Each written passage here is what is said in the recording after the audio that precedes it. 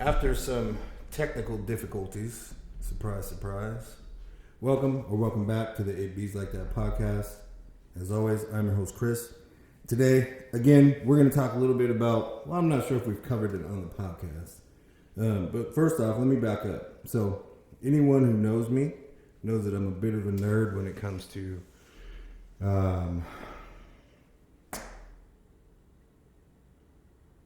UFOs and intelligent life outside of Earth. That's why I wear the hat today. But I bought the hat, probably 8 months ago, and I think I've worn it out. I bought it longer than that, further back than that. Anyway, I hardly ever wear it. I hardly ever wear hats anymore just because I have all this hair. And in the professional settings that I'm in, the alien hat just, I don't know. Not that it's inappropriate, but it wouldn't be appropriate for the context, right? Anyway, that's the explanation for the hat. What I want to talk about that's fitness or bodybuilding related is progressive overload or progression in the gym period. Usually what comes to mind for most people is increasing weight on all of their lifts every week. I'm here to tell you, if that's the way you train, there are more effective ways of progressing in the gym.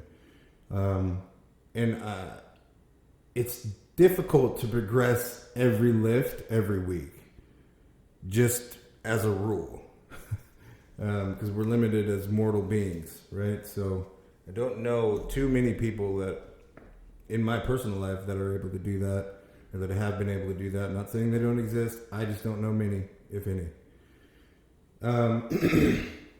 What got me thinking about this topic today was, or is, the 1 rep max and PRs and, the question, how much do you bench? How much do you squat? Listen, I don't know any of those answers. If you watch any of my content, I don't have any of those answers for you. Why? Because they don't matter to me. I'm a fan of bodybuilding, not powerlifting. I'm not a fan of doing things that's going to increase my potential for injury. So I don't do things like try to max on bench. That literally does not make you any bigger. It may make your ego a bit bigger. And maybe a couple of the bros in the gym might think it's pretty BA, but all in all, it's essentially pretty useless. And you might argue, well, if I'm to train at 75 to 80% of my 1 rep max, how else will I know? That's pretty easy to determine. It may be a bit slower, but safer. You progressively move up in weight, right? So if your goal is to train hypertrophy style or bodybuilding training, typically the general formula is anywhere from 3 to 5 working sets, depending on intensity and level of skill, time in the gym, whether or not you're beginner, intermediate, or advanced lifter. But the rep range, as a general guideline, rep ranges are between 8 to 15 reps. Now, there are different studies out there that say it's anywhere from 8 to 30. And it's likely that you'll be safe there, but doing 30 reps on any lift just takes a long time. And I'm not completely sold that I need to do 30 reps. At any rate, where I'm going with this is anywhere between 8 to 15 reps, right? So if you set a goal of I'm going to do 3 sets of 12 or 4 sets of 12, what generally should be the case is that when you hit rep 12, the bar or dumbbell, the weight, whatever medium or approach you take, that should be slowing down significantly. And by rep 12, you should know, at least know yourself well enough to understand that alone I might get maybe 2, maybe 3 more. With a spot, maybe 5, 6 more. But for sure, alone, I would risk doing 3 more. So what they call that is 3 in reserve, 3 or less in reserve, and that's close enough to true failure. But again, lifting alone, true failure, depending on what medium you're using or approach. It's just safest sometimes, more often than not, with a spot. If you have dumbbells, sure, you can drop them. A lot of gyms don't appreciate that. If you're using a Smith machine for bench, you can rack it. If you understand that you don't have any more left, or you have 3 left, or you kind of want to push it and see how many you actually have left, then you'll know, time to hook this thing, time to rack it. But until you have that down, the 3 in reserve is a safe general guideline for hypertrophy training. And that will also indicate to you that you are at or around the correct loading for size per whatever lift that you're doing, right? So let's say, for example, today I did, as my second lift, hack squats. Now, for my first lift, I did belt squats, and I increased weight by, I think it was like 5 pounds, which is, to me, that's a lot from week to week. Usually I'm stoked with 2.5 pounds increase. That's good. That's what you want. That's progressive overload. It doesn't have to be a plate every single time. At any rate, on my second lift, hack squats, another for me, understanding my body and how my levers operate and where my failure is, on my last 2 working sets, I would push for partials at the bottom. I didn't get them, but I hit true failure. So then again, backing up and highlighting 3 reps in reserve or true failure when it's safe. Thus avoiding the potential for injury with 1 rep maxes that don't make you bigger. They're not necessary to be able to determine 75 to 80% loading capacity for hypertrophy training. You can find that in many other ways. You don't need to add 40, 60, 80, 90, 100 pounds to every lift every week. Again, my belt squats went up, I think it was 5 pounds this week. That's good. I probably could have went up 10 pounds, maybe even 15, but I don't need that 15 pounds. I want that slow runway, and again, mitigating or minimizing as much as possible the potential for injury. I don't want to get hurt, y'all. I love this stuff, and I'd like to do it for as long as I can, injury-free, right? So that's the reason why I'm explaining this stuff for you today. And then hitting true failure on my second lift. I didn't increase the weight on my second lift. You could probably guess where I'm going. So I did an extra set on my first lift and increased my last 2 to 3 working sets by 5 pounds. That's a significant bump in overload and intensity. I didn't need to use both avenues to progression. I could have left off the additional set and just used the 5 pounds, or added an additional set and not used the 5 pounds. Does that make sense? Both would get me the same outcome. Hopefully, in the end, weeks from now, I'll be stronger than I am today. And maybe by then I'll be up 10 pounds, 15 pounds, whatever, and I'll see an increase in size in my legs as well. But for all of my other lifts, increasing poundages or loading capacity didn't even cross my mind, because I'd satisfied in my mind and for my body that progressive overload. That stimulus has been achieved, so I just continued and finished my workout.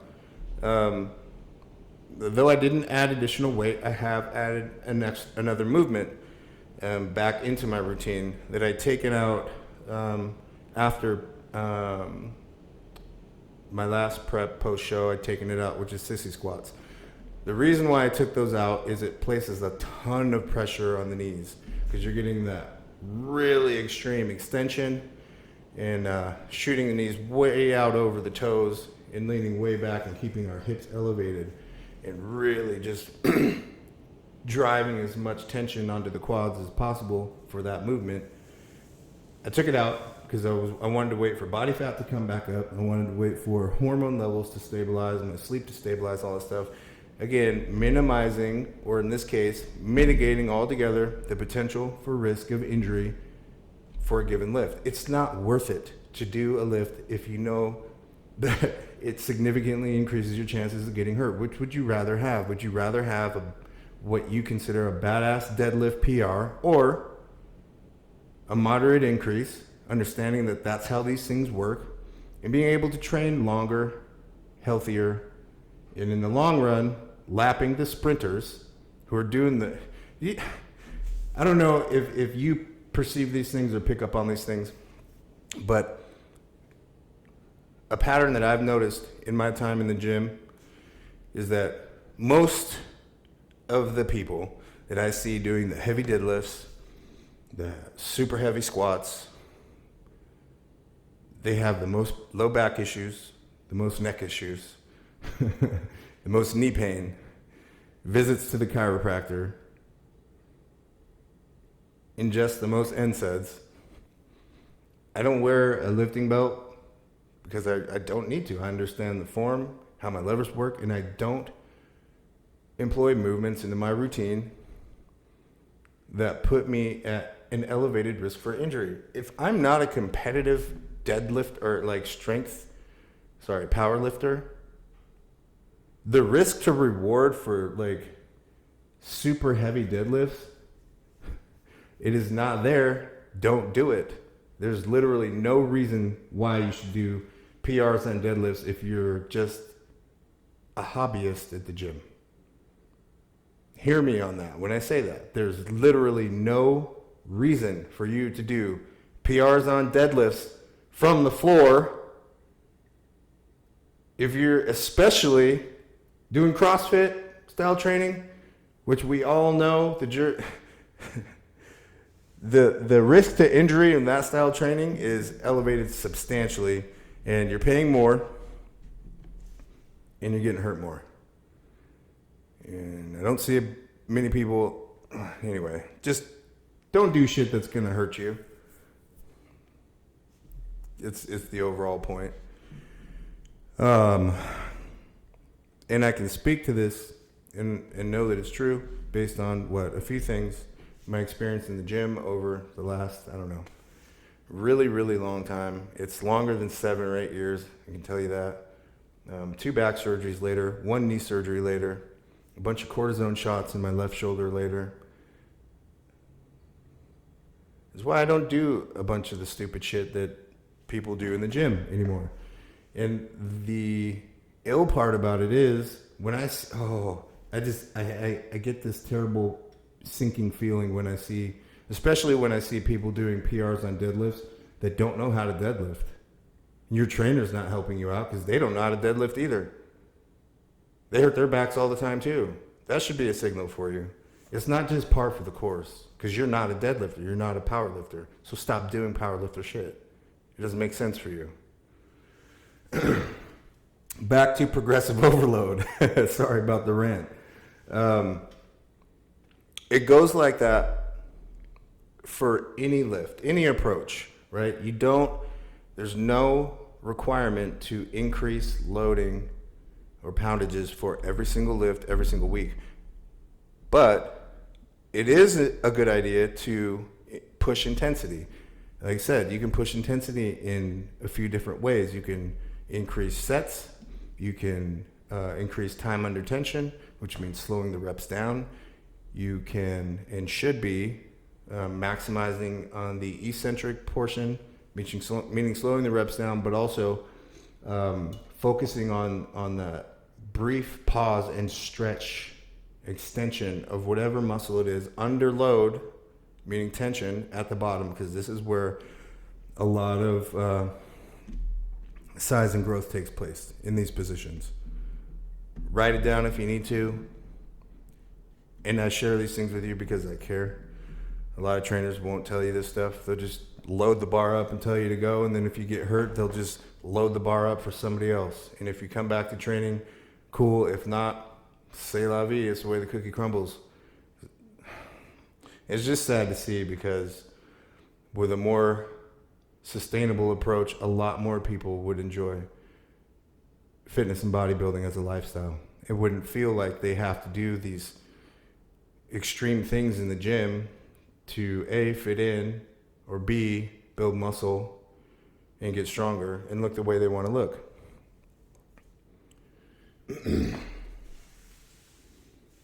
I've gained 25 pounds since June. And I didn't do that just by eating snacks. I didn't stay as lean as I am right now by just getting fat. No, I listened to my coach, right? Nutrition adherence is important, but if we're not careful, and I don't mean you have to take, there's a level of risk that you have to accept with most things in life, but especially with lifting weights. Sure, there's risk, but we calculate the risk. We don't just go in blind and just start throwing weight around, especially when you're over 40, because we don't bounce when we fall anymore. And we don't bounce back from injuries as much or as quickly as we used to. So just be careful and really ask yourself, and this goes for anything that we're doing in life, really ask yourself if the environment that you're in is the right environment for you to grow. And if it's not, however scary it might be to change your environment, start thinking about it. Now, that's not a ploy at getting, because I don't have a gym space yet. And one thing I've resigned myself to not do anymore is use anyone else's gym spaces, because that gets really awkward. And I'm not going to gym hop, and, even if I transfer the cost to clients, I'm not going to gym hop and run around town all day training people at different gyms. It's just not going to happen. So I offer coaching and guidance through this podcast and through my YouTube channel and through my other social media platforms, Facebook, not so much Instagram, because I don't know, it's just weird. And deliver coaching through my online training app. Just because I care. I care. And that sounds kind of cheesy, like Hallmark movie. But I give a crap about this stuff. It's important to me. And I want to see people succeed. So I do my best to break these things down in simplest terms that people can understand.